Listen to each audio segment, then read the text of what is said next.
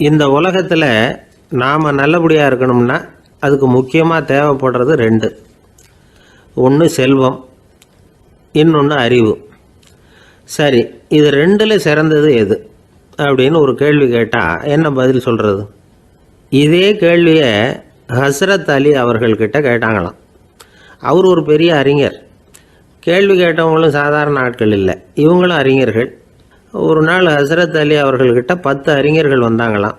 ஐயா, நாங்கள் 10 பேரும் உங்ககிட்ட ஒரே கேள்வியை தான் கேட்க வந்திருக்கிறோம், ஆனால் எங்கள் 10 பேருக்கும் நீங்கள் தனித்தனியாக பதில் சொல்ல முடியுமா அப்படின்னு கேட்டிருக்காங்க. அதாவது அவங்க ஒரே கேள்விக்கு இவர்கிட்ட இருந்து 10 விதமான பதில் எதிர்பார்க்குறாங்க. சரி கேளுங்க, என்ன கேள்வி அப்படின்னார் அவர். அப்போ தான் அவங்க கேட்டாங்களாம், செல்வம் அறிவு இது ரெண்டில் சிறந்தது எது? இதுதான் கேள்வி. ஹஸ்ரத் அலி என்ன பண்ணார் தெரியுமா? அவங்கள ஒவ்வொருத்தராக கூப்பிட்டார். ஒவ்வொரு விதமான பதிலை சொல்லி அனுப்புனார்.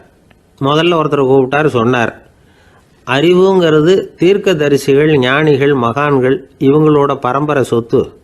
ஆனால் செல்வங்கிறது கொடுங்கோலரின் ஆயுதம், அதனால் அறிவு தான் சிறந்தது அப்படின்னார். ரெண்டாவது ஆளை கூப்பிட்டார். உங்ககிட்ட செல்வம் இருந்தால் நீங்கள் தான் அதை காப்பாற்றணும், ஆனால் அறிவு உங்களை எப்பவும் காப்பாற்றும், ஆகவே அறிவு தான் சிறந்தது அப்படி